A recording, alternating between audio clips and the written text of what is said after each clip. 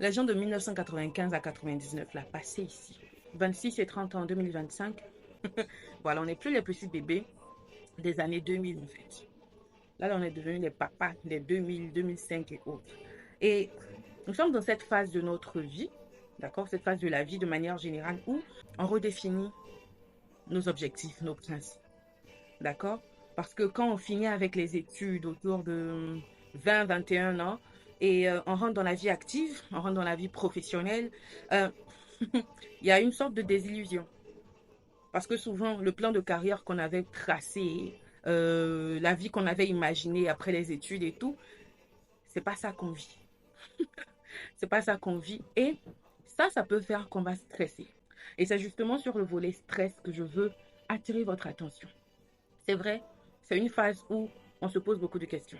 Si on n'est pas encore marié, est-ce que je vais me marier? Si notre carrière n'a pas encore décollé et puis on a l'impression d'avoir été dérouté, on se pose des questions sur notre stabilité financière, notre évolution professionnelle. Est-ce qu'on doit faire une reconversion? Est-ce qu'il faut rester sur le même chemin alors qu'on a l'impression de stagner et tout? Et toutes ces choses, si on pose ces questions en se focalisant sur le problème, on va stresser pour rien. On va toujours penser aux autres. Et c'est toujours ça.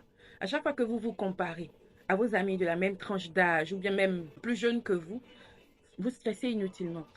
À chaque fois que vous regardez dans l'assiette de quelqu'un d'autre, vous allez vivre un stress énorme et inutile, ne sachant pas que chacun a une trajectoire. Chacun a sa trajectoire, chacun a son rythme. Quand on ne comprend pas ces choses, on stresse pour rien. Il y a la pression de la famille, la pression de la société, mais vous savez tout ça. Ça nous fait stresser, ça fait déprimer, ça fait s'inquiéter, donc ça rend anxieux. Et actuellement, vous avez l'impression que les jeunes meurent vite maintenant. C'est pas seulement à cause de l'alcool, des maladies dangereuses, des maladies incurables et tout. C'est aussi à cause des maladies invisibles, des maladies de l'âme, des maladies en fait de l'intérieur, ce qu'on ne voit pas. Je répète, stress, dépression, anxiété. Beaucoup en souffrent silencieusement. Certains même ignorent que ce qu'ils vivent là, c'est ça qu'on appelle dépression. Ce qui les pousse à se comporter comme ils se comportent en ce moment, quand ils sont irritables et tout ça. Avant, on disait quoi? AVC, c'était pour les vieux et tout. Aujourd'hui, on a beaucoup de jeunes qui meurent des suites de AVC. Donc, j'attire votre attention. C'est vrai que la vie est dure, hein? Et on veut vite avancer, on veut briller, on veut vraiment atteindre un certain niveau de stabilité, tant dans nos finances, dans notre vie professionnelle, que dans notre vie amoureuse, affective et tout. Mais il faut rester vigilant. Il faut rester vigilant, ne pas se comparer aux autres. Parce que pour beaucoup, c'est la première source de dépression et de stress. Il faut comprendre que chacun a son chemin, chacun a son jour de gloire. Et en réalité, c'est quand vous allez commencer à réellement vous réjouir pour les autres que pour vous aussi va venir. Aujourd'hui, il y a beaucoup de jeunes qui boivent trop et qui sont trop à fond dans, vous savez de quoi je parle, les trucs de hommes et femmes. Et on ne dit pas de ne pas faire, mais il faut être sobre, il faut être modéré. Souvent, on accuse les sorciers, on accuse voilà, la cherté de la vie et tout, mais allez détruire sa vie, parce que la vie est chère, n'a jamais été la solution. Votre consommation d'alcool, de tabac et votre activité sexuelle, il faut quand même un peu de modération. C'est important dans l'époque dans laquelle nous sommes. Je comprends bien.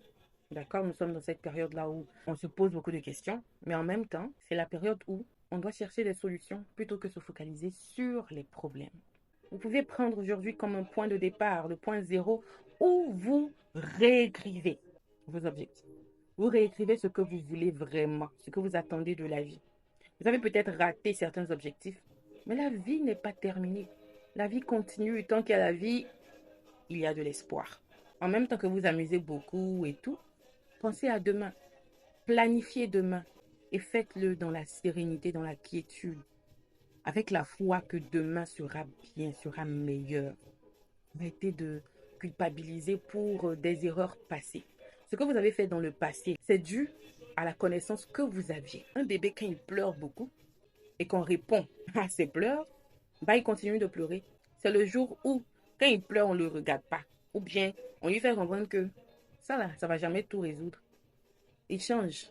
Il commence à parler un peu. Il commence à dire ce qu'il veut. Mais lui, il savait seulement que avec ses pleurs, il pouvait obtenir beaucoup de choses. Il peut pleurer, on va lui donner à manger. Il peut pleurer, on va le bercer pour qu'il dorme et tout. Il peut pleurer juste pour qu'on le soulève et tout. C'est avec ce qu'il connaît qu'il fonctionne. Jusqu'au jour où il apprenne quelque chose d'autre. Donc les erreurs du passé, les fautes, les trucs comme ça, c'est juste parce que vous avez fonctionné avec ce que vous connaissiez et c'est normal. Donc il n'y a pas à culpabiliser. Il n'y a pas à culpabiliser, la vie c'est devant. C'est ma citation, c'est mon truc. La vie c'est devant. Nous sommes grands, déjà il faut le savoir. Pour ceux qui s'amusent encore, qui pensent que la vie est trop longue. Nous sommes grands, il faut qu'on se réalise. Mais pour se réaliser, il ne faut pas stresser inutilement, il ne faut pas se mettre des pressions bêtes. Célébrez avec ceux qui ont déjà réussi là où vous voulez réussir et tout. Ayez le courage aussi de demander aux gens comment est-ce qu'ils ont fait. Aussi, suivez de bons profils, s'il vous plaît. Nous sommes ici sur les réseaux, oui, pour nous amuser et tout. Mais s'il y a opportunité de vous former quelque part, de suivre quelqu'un qui va changer votre esprit, de grâce, suivez ces personnes. Je ne vous demande pas d'arrêter de suivre les lives, d'aller tapoter, tapoter, mais réalisez qu'il y a des choses qui vous perdent juste le temps. Et actuellement, le temps, on n'en a pas assez. C'est la ressource qui ne se régénère pas, qu'on ne peut pas rembourser, qu'on ne peut pas reprendre, qu'on ne peut pas acheter. Alors sachez utiliser votre temps. Veillez sur vous, veillez sur votre santé mentale, veillez sur votre paix intérieure. Débarrassez-vous de tout ce qui est nuisible. Parce qu'aujourd'hui, le stress, la dépression et l'anxiété sont des choses qui tuent. Mhm. Avant, on avait peur du sida, de la tuberculose et d'autres maladies graves et des maladies incurables. Mais aujourd'hui, ces maladies invisibles, qui sont encore quelque peu tabous dans notre société, sont réellement des tueurs silencieux.